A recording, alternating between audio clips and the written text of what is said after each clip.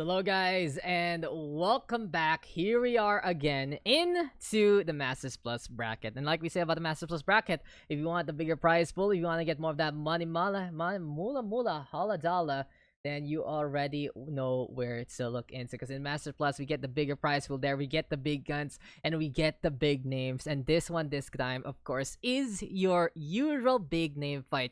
The usual upper bracket finals, the usual grand finals. Our top two players always facing off to trade championships. It's EnDerr versus Daks part 1. So, I'm saying part 1 because we always expect one of these two players to drop down the lower bracket, then beat whoever's in the lower bracket, then move on back to the grand finals. So we might be having that same expectation there, but it's still gonna be important because it allows you a little bit of that reprieve. And even though it's been the story so far in quarantine, there's always a chance that a lower bracket player can suddenly surprise whoever drops down and be like, hey, I want to be second place or first place this time. I want to look to get that crown. And it can be pretty exciting to see what this one's gonna be all about. And when you see EnDerr versus Daks, hindi lang to pang local, guys. This is a match for the international level. This is a match for the regional level. This is a match that you will learn a lot about Zerg no matter what race you play. If you play Zerg and try to emulate, good for you. If you see what they're doing in decision making as Zerg and you're playing Terran or Protoss, it'll be even better for you to figure out what to do against Zerg in times like that. And even though it's a ZVZ, this mirror matchup will be going down to every single step. And this is really the best matchup the Philippine scene has to muster, in all honesty. We're going to see some close fights here and there. We're going to see decisive play, decisive decision making. And it really feels like this is where the PH scene can really be represented between these two players. And I cannot wait to get into the same old story yet again. Part 2, Part 3, Part 4, actually Part 5. Electric as Boogaloo by this point, but still always a treat to see. But don't forget, guys, that this is a tournament treated to you by Pure PC as well as Block 101. They are your major sponsors for and presented to you by DLS Missile, Daks PH, as Ayos Buhay Productions. In this set, though, this is, of course, another best of 3. And our first map will be one that we'll be saying goodbye very, very soon to in the ladder pool update. And its name is Golden Wall LE. Thank God this is gone. I was like in one of the comments where we were posting about the ladder pool. I was like, oh no, guys, whatever shall we do against Golden Wall? We'll have a better ladder pool experience, hopefully.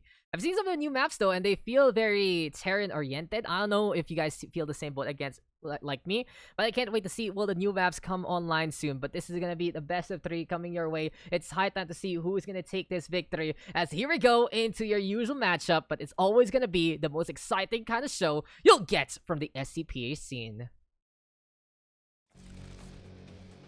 So here we are, ladies and gentlemen, our two SEA representatives going at it again. It's another day at the office between these two players, but it really goes to show it's all about the benchmark versus the challenger. This is what we always see here, and what we see is how much EnDerr is keeping up his game versus how much Daks is trying to bridge that gap. So let's not waste any time. Let's introduce our players first here on the east side of Golden Wall LE. He is the challenger in this tournament. He is our 2-time champion for Quarantine number 1 and number 3, and his name is Daks on the red Zerg. Look at that hatchery. What a way to go. But introducing next on the west side of Golden LE, he is your defending champion of not only Quarantine number 4 as well as Quarantine Tournament number 2. He is also the top 1 player of the Philippine scene. He is your gold medalist, and you are always going to be in for a treat when you see this guy play. He's playing the blue Zerg, and his name is EnDerr. There you go, ladies and gentlemen. It's time to see best of 3 lang pala finals. Best of 3 lang ang upper bracket finals, guys, and we go best of 5 there. We always make it so you can lose, like, okay, guys, best of 3 lang ba? Best of 3 lang ba? And remember, it's best of 3 here. It's still part of the upper bracket. Best of 5 in the grand finals itself. And these guys are just so accustomed to so many different tournament formats. And you know, we keep it chill in the first place. But BO3, yeah, I'm gonna answer for them, even though we'll do a best of 3. Spawning pool, they'll be going online here for EnDerr. And then we are gonna see Daks do the same thing. You see that these guys can even chat while doing their build orders. They know exactly what to do in this map, and they are doing exactly the same thing as well. They're going for the Overlord Scout, and I think EnDerr thinks this is the grand finals already. He's like, oh, it's Daks na naman, nandito na naman tayo. It's like, oh yeah, best of 3, no problem. We still have one more match after this. But whoever wins this, guys, we'll see play on Saturday. We'll finally have our first finalist for our Saturday live session, and it can either be one of these two guys. Metabolic Boost, though, gonna be going online here for EnDerr. Next, in the meantime, doing the same thing. Timing is pretty similar again. Overlord Scouts are there, and nothing really cheeky here on Golden Wall. I really expected that if you see Golden Wall, someone's gonna go for the south side, someone's gonna be going for the hatchery expansion all the way on the west and east sides. And maybe, just maybe, someone's gonna take that risk to get the golden expansion out of nowhere. But Nux gonna go for the Baneling Nest first. It seems like he's the initial one to try and get some tech here. And as soon as EnDerr sees this, I won't be surprised to see him get the Baneling Nest as well. But Queen right now gonna be in the front line, and they're trying to go for the surround. But Nux is there to keep the reinforcements on, and good defense here from Nux to actually fend EnDerr off. And immediately, as I said, it's time for the Baneling Nest into the natural. It's time for the Queens to get in position for a potential counterattack. And for now, EnDerr is just scouting around, hugging the corners, looking around to see if there are other bases here Nux has. But so far, so good. It's 2 base versus 2 base here. So for now, though, Metabolic Boost, look at the timings, guys. This is just it's a different sight to really behold. And it does feel that it's just, you know, this is what's all about. But for EnDerr, though, running on the way there, Nux in the meantime can initiate with Baneling Nest. So EnDerr will have to respond in kind. As soon as the Baneling Nest is up and running, he has to get his own units. And these are the Queens right now onto the natural here. Still, though, this is going to be Nux running on into the front line. These are the Zerglings already looking to go for a little bit of pokes in the prods. And Nux actually going to be able to try and go for the main base. There we go, the Queen not ready for the ramp. And Nux is finally going to get the infiltration that he needs. Can he go for the middle line, though? This is going to be a good number. And as I say that, apparently the Baneling slamming onto the natural, as these are the links looking to still keep it on. Nux distracting everyone, including me in this instance. And the Zergling run by was just a test. And EnDerr now going to be losing out on the work count. Nux in the meantime getting a drone cycle, and this gives our red Zerg the lead. Wow, Nux. Wow, oh wow. Wow, oh wow indeed. I love that there from Nux. I really didn't expect the Baneling to come out onto the natural there, and in the end, it's Nux coming out ahead onto this one. But here we go with the Queen going for the pokes and the prods yet again. Still the Banelings right now trying to get Marfed on in, and EnDerr might lose this one, but the reinforcements are there. 1 HP and a Dream. There we do see the save by EnDerr till the last moment as Nux gets the last shot, but EnDerr! Ah, the grass is always greener on the other side, and EnDerr gonna be losing out on the Zerglings as well. Oh my god, this is Nux's game to keep on with pressure, and he is on a pretty good warpath so far. He's on 2 base, and with the confidence that he has, he's gonna go for the 3rd base aggressively. He's gonna go for the Golden Wall expansion. He's gonna get the Golden Base, and this is also EnDerr doing the same, but he's lagging behind on the Roach Warren right now after that hit onto the Banelings. And this is where Nux can keep up with the pressure. This is where he can really slam it home against EnDerr as much as possible. And EnDerr is the one looking to work hard to try and survive. But the Banelings right now, Nux even getting another advantage there. 2 Banelings for 3. That's perfect for Nux right now. Shutting down the Banelings is #1 priority because he still has so many of these links running all around to try and go for the flood here and there. 27 versus 8. EnDerr though with the scout trying to go for a run on by again. And the Banelings are still going to be in production though here for EnDerr. He needs these big bombs to actually get the connection on. But you can really see the problem right now for EnDerr. He's an amazing player in his own right, and he can really bring it back. And look at that, the worker count already even yet again. But this is an opportunity for Nux to go into tech. He's going for Lair. He's going for +1. He's also going for a drone cycle to add in the reinforcements. And for EnDerr right now, he is basically going for a bigger army here. He needs to do it right here, right now, with the tech he's on. And this has to be decisive for EnDerr because it feels like for Nux, he's a ticking time bomb. Lair tech enables the reconstitution, gonna allow Nux to control the map with the lack of creep in a ZVZ. And this is just so technical right now from our 2 players. It really just goes to show, though, that EnDerr trying to run on in with the Zerglings to slow down Nux and his aggression. But Nux is still ready for it. 45 army versus 48 coming your way. This is just EnDerr looking to go for a little bit more of the push. But speaking of the push right now, here we go again with Nux going for the main base. The flood is here yet again. And this is going to be Nux. So in the meantime, reeling on back as EnDerr, it seems like it's a little too overwhelming here for Nux. And he's just going to go for the natural instead. Wanting to poke in the prod against the Queen. The Roaches, though, dueling on the 3rd base already. And this is going to be a good chance for EnDerr to equalize the odds against the Roaches. And he's going to be cleaning it up with a concave on 2 sides. But the economic damage is there. Here comes EnDerr, though, defending yet again. And since Nux didn't have his whole army there, it's going to be EnDerr right now, keeping up with the pressure, keeping up with the advantage. And GG is called! EnDerr will win it out.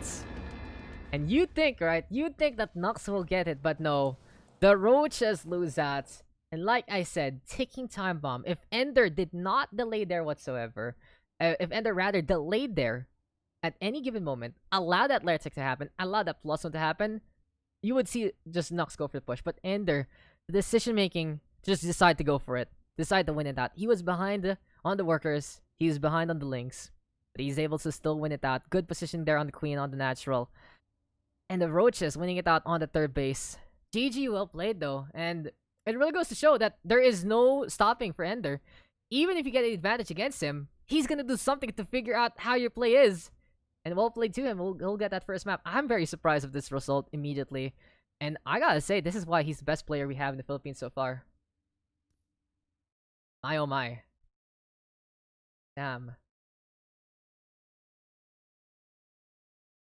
That really felt like that was just EnDerr timing right his attack, timing right his cycle. Because he was going for the Zergling cycle.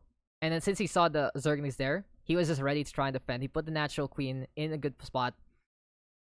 Nux in the meantime trying to go for the queen, trying to go for a few drones here and there.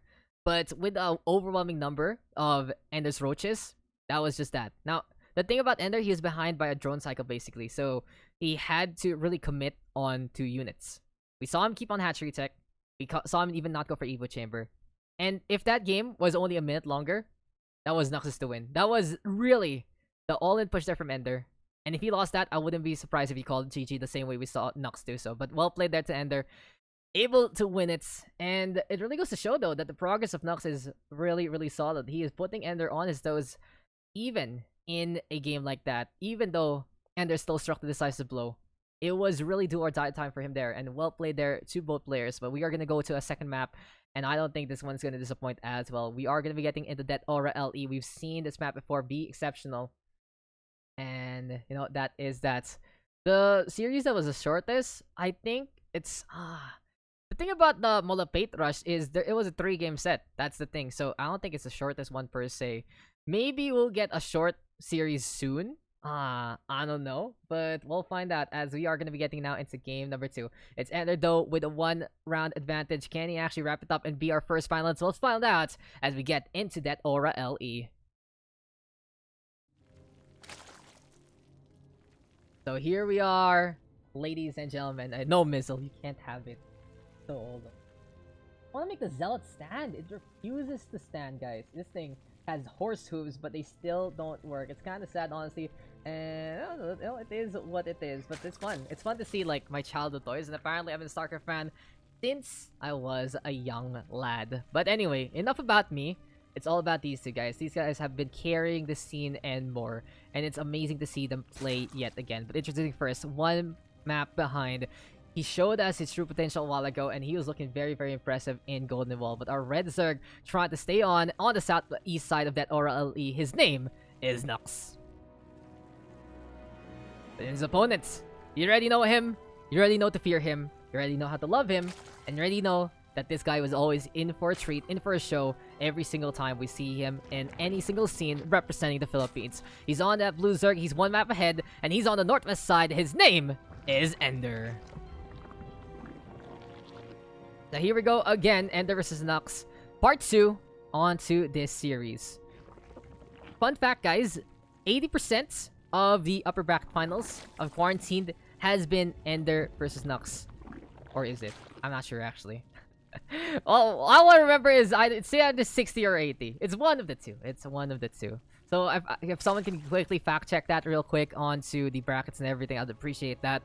But basically, this is a matchup we see in the upper bracket, and then this is a matchup that we see in the lower bracket. I think the only time, rather, that we didn't see this in the upper bracket final was when EnDerr and Nux saw each other in the previous round, rather than the finals itself in the upper bracket. So that's an interesting stat, in all honesty. This is the matchup that you get mostly in Quarantine Tournament number 1. It didn't happen because EnDerr was not part of that tournament in the Masters Plus bracket, so it was a little bit different in the landscape of things. But now we see EnDerr here representing, here supporting the local scene, and he's always eager to improve, eager to impress, and eager to see who's playing what into whatever the bracket this is. But my, oh my, it's just the impressive improvement here from Nux. The fact that he's able to give more time to StarCraft nowadays really has amplified his play. and he's fighting with the best of the best in the region, always within the he's always within the semifinals or at least the quarterfinals in the regional tournaments that I see him. So he's always there no matter what. But EnDerr in the meantime still looking to be in contention, and here we go with 2 hatcheries. Here we go with a setup again, but Nux in the meantime go for third, and EnDerr gonna do the same. These guys are cut from the same cloth in all honesty, and it really feels that it's just all about the small, minute changes, small, minute decision-making situations that EnDerr is allowed to get ahead or win the game outright. But in any case, though, this is going to be Baneling Nest here. And Nux, where's the Baneling Nest? He's not going to do it. That's interesting. Does he know that Baneling Nest is going to be out in the battle? He doesn't. He's not able to get a scout onto the front line because of the Queen there in position on the third. And this could be an element of surprise that EnDerr can take, and you already know every single time that EnDerr is given the element of surprise, it is absolutely lethal. But here we go with more and more of these links, and they're going to be looking for potential bust here and now, as well as the flood. And I'm very afraid right now for Nux. This is going to be pretty scary to say the least. But these links are going to get that scout on, and immediately we will see the Roach Warren here from Nux instead. He's too late to try and answer back with the Banelings. He's going to go for the hefty units instead. And as we see, it's going to be 19 links here for Nux, so he is going to be putting EnDerr to the test a little bit. But here comes the Baneling right now. Nux going to run away in time. It's oh so scary. It really feels like that Suicide Bomber is good to go to blow up any kind of link opposition. And here we go again with the duel. EnDerr though creeping on forward with the Baneling. Doesn't have the Lair Tech though, so they can't roll as of yet. And it's going to be the skirmish in the front line instead. Nux doing a really good job to keep the Banelings away though. But EnDerr is still getting scarier and scarier. And now this is going to be Nux intercepted by the 2 forces. Here comes the duel though. And Nux feeling confident after this one because he knows he has more of the links because of the Banes there, and the Queen right now going to be part of the problem. But still, and they're going to lose out these Zerglings, and here comes the Banes to try and fend it off. The Queen right now might be surrounded though, and it's going to be EnDerr slamming a few of those Zerglings down to the ground with the Baneling, but Nux is still unrelenting. While all of this is happening, Nux has gotten the Roach Warriors. That's a big bust from EnDerr. Still though, Nux is in a good fight so far. Baneling right now going to go onto one Zergling. There we go with the Spine Crawlers as well. And EnDerr is expecting more and more of those units because Nux has gotten into the Roach deck. He's bought enough time to allow himself to get that bigger Roach composition. And EnDerr now is on the back foot. What technical gameplay, and what small little minute things that are really changing the course of this game. You'd think that EnDerr can just slam it down. No, Nux is harassing, Nux is bothering, and now he's given time to get the Roaches in position. Here comes Nux looking to go for the push. These Spine Crawlers need to build out some time, and the Banelings can slam on them down, sure, but it's not going to be as potent as you would expect. They've been nerfed so far against armored units because of the base damage there, and they're going to be trying to get into the backline instead, trying to go for the Zerglings there, and Nux going to lose out a good chunk in the first place. Drones though going to get pulled already, trying to keep the eggs alive against the Roaches there. Spine Crawler's going to be in position, they will fall, but EnDerr is given an opportunity to get his own Roach cycle, but Nux is bringing in the pain, bringing in the pleasure for himself, because this is 16 drones going on down. EnDerr in the meantime backing on the way onto the natural, and Nux is sending more and more of these links into this show. Still a skirmish onto the east side, a skirmish on the left instead, but it's still gonna be EnDerr trying to hold for the time being. Nux keeping up with the pressure, and for now it feels like EnDerr will be able to defend, but for how long? Because Nux is just adding up more and more to the Zergling collection, and both sides finally going for the drone cycles instead. Nux has had enough of this fight, and he's going to be retreating, so allow himself to go for the macro a little bit. It's a drone cycle here and now to stay on with 3 base, and EnDerr in the meantime, he has to rebuild. So here we go again. What action so far. What a way to go. And you can really see that every little bit of detail between Nux and EnDerr making such a big difference to begin with. But here we go again. This is the Banelings right now trying to creep on closer, and EnDerr trying to get the catch on. Unfortunately though, Nux microing that one Zergling out in front in time gets in the way of Baneling, and as I say that, apparently it's a run by onto the third base instead. Nux undefended here in the front line. It's not gonna be enough. There to go though with Banelings, and this time EnDerr giving Nux a taste of his own medicine from that first game, and Nux has to reel it back. Can't really commit anymore because EnDerr is bothering him on all fronts, shuts down the third base. And like I say guys, this is where EnDerr can turn it around so quickly. It's not as decisive though as the first game, but at the same time, you already saw Nux had the advantage getting rid of the drones here and there, and it's into the second base we go. Nux now forced to go for the pull. Queen gonna go down, and EnDerr in a really good spot to poke at Prod even a little bit more, but these drones are numbering in the masses. This time, EnDerr just trying to control as much as possible. What's the next play though here for EnDerr? We're seeing Nux go for the +1, we're seeing Nux go for the Lair Tech, and we're seeing the Roaches there in position to try and shut this down. Queen right now gonna get alive this time. There we go, the drones going over back to the second base. But time and space has been created here by EnDerr, and it feels like that this is just really what our Blue Zerg is all about. But this series, though, impressive to say the least. It's such a back and forth. These two evenly matched, but you can really see where EnDerr can come up ahead and more. In any case, though, it's layer tech yet again for both sides. Time right now for Nux, though, to get the initial tech advantage. And what's the play here? The problem for Nux is if he's gonna go for Spire play, he's only at 2 base compared to EnDerr's 3. So in the end, EnDerr can get more of those mutas, can get a better economy in the long run. And Nux has to be decisive here. What's the play? Will it be Roach Ravager? He's gonna be going for the upgrade here with Constitution. And he's gonna be finished with +1 very, very soon. He's also going for that third hatchery. While in the meantime, it seems like EnDerr just trying to catch up back on the technological department. And the story of EnDerr for Nux has really been something of a test of time. It's been such a long while already that these guys have been doing all they can and more.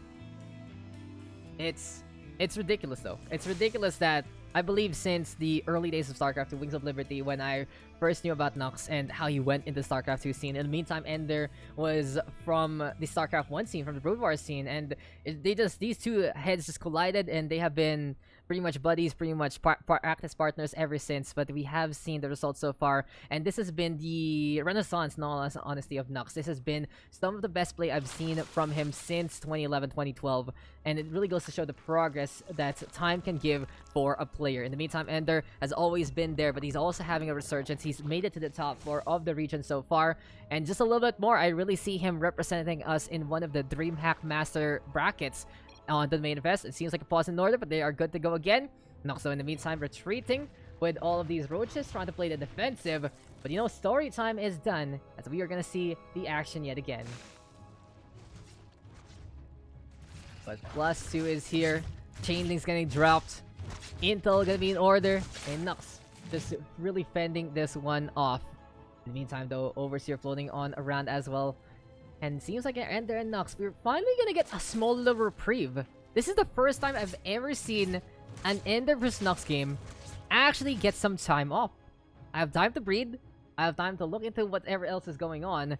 But the thing to note, though, is it is +1 for both sides. The only thing Nux has over EnDerr has to be that Carapace upgrade on the Overlords, and EnDerr has a big army here. Nux has been busy reinforcing his drone cycle. He has 62 workers right now versus 54. And while all of this is happening, EnDerr has decided to go for the Roach Ravager push with the Nidus Network. And as I say, that's actually only Roaches, so it's going to be time, though, for the Queens to come online. EnDerr, though, in the meantime, looking to fend against Nux. And here comes the Concave on both sides. Question is, though, who's going to have the advantage here? The Nidus Swarm will immediately die. And the problem right now for EnDerr, he was banking on a few of those reinforcements, so he's going to go for the plan B. And he will go for a quick roll sneaky play instead. EnDerr right now trying to set it up on the natural. He is also giving chase against the roaches here. Third base though being protected by the concave from Nux. But as I say that, it's gonna be EnDerr trying to get the drop on, but Nux will still shut it down. And Nux playing a really good defense so far. And they're gonna try it again. The Overlords are there to get the scout on. And Nux has to make a decision. He's taking damage though from the roaches so far. He's gonna be turning on around. He knows he only needs a few roaches there to shut that one down. But he doesn't get the kill as of yet. And EnDerr gonna be given the opportunity to get it on. But Nux is feeling confident that he can shut this down. It seems like Nux still wants to go for a longer brawl, but since EnDerr gets more reinforcements again, he can still stand this time.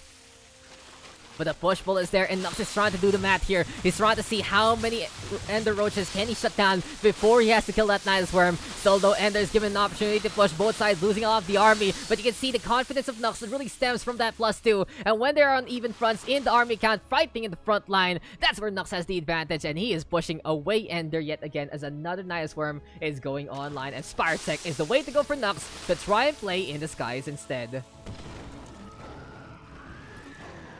Dude, the math checks out here for Nux. He is just really trying to maximize his profits here.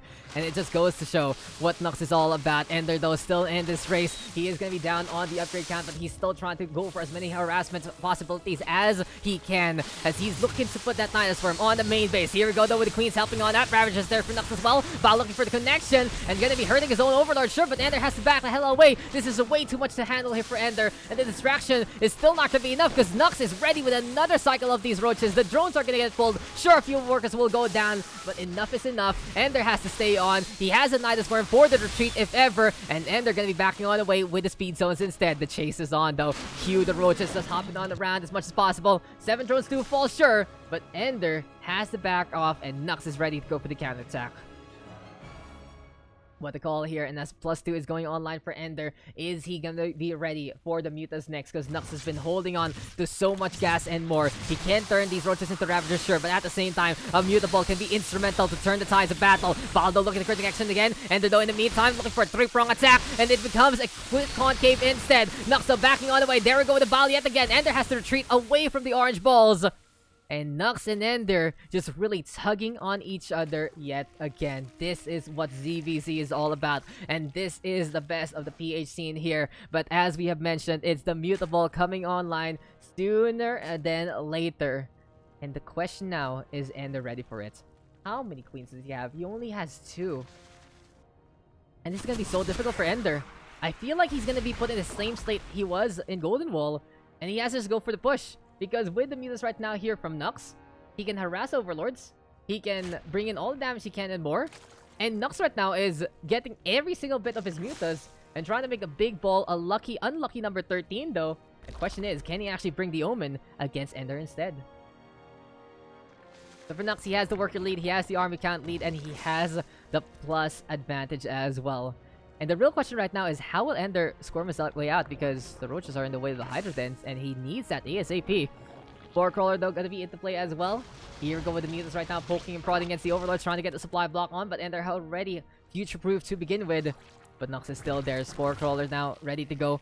Poking against the Muta, rapid regeneration, keeping it alive. Ravager is gonna be good as well to try and hit the Bals. But the problem with the Ravager versus Muta gameplay is the fact of the matter. These Mutas are fast, but Nux gonna lose 1 Muta for free. He has to be careful on how he's controlling these, and these are the Mutas flying on around as much as possible. +2 though will be going online here for EnDerr very soon. Big opportunity here for EnDerr because Nux is biding his sweet time. And like I said, every second you waste against EnDerr really does hurt you in the end. All about the micro right now though, and EnDerr can't really do much besides keep the queen in the spot and try to go for the pokes and prod. Extract though will go down. It seems like Nux is slowly but surely trying to dismantle the base there with the extractor there. And oh no, seems like Nux having some latency issues. Hopefully he's gonna be a-okay into this game. But it really goes to show that Nux is just trying his best to work on whatever technical issues he has. He's already on 200, and I fully expect him to go for the push. He has the mineral and the gas count, and for Nux, with the Muta advantage as well, he isn't going to be able to get the right timing because the Hydras are finally into play. And as we always say, every second counts, and here we go with the big brawl again. Muta's trying to amplify the damage. Muta's though going to be having to back away after the Hydras turn around. And Nux right now is really having a spot of trouble here. He has such a good lead, but with whatever latency issue he has, it is just EnDerr just getting back into this one. 47 workers versus 60.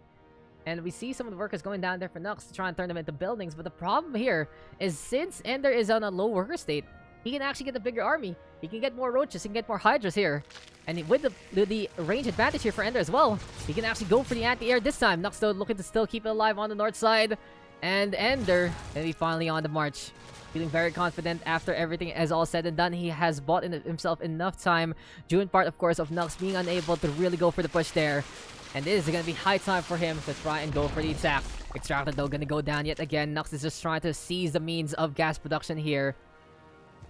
And EnDerr at 200 as well. We're finally gonna see, I believe this is one of the few times we get EnDerr and Nux have big army versus big army. But Nux is on the hunt, is on the horizon. He's gonna go for the push. And this might be a base race scenario. There is one chance though here for EnDerr to try and defend. If he puts a Nidus Form in front of his units, he can actually go for the retreat. But EnDerr has had enough of this game. And yes, ladies and gentlemen, we will see a base race in this setup. Nux congregating onto natural will shut down the second base first and foremost. In the meantime though, EnDerr scattering his force base, going into the front line, going into the third base, going into the fourth base as well. And the Hydras are bringing in the spines as much as possible, but drones are falling here, and now Daks is looking to climb the ramp as well, and this is gonna be EnDerr hampering and hurting this natural base. The respect from both sides, just realizing it's time to go for the push. It's time to see who will win, and I do believe a Ninja Hatchery can be instrumental to help out both of these players. But the Mutas right now trying to go for the counter at again, and in the meantime, this is gonna be the main best getting torn apart at the seams. 3 workers right now, the Fornux versus the 25 that EnDerr has. But here we go into the high ground yet again. Hydras will be falling here, and now the Bowser will connect.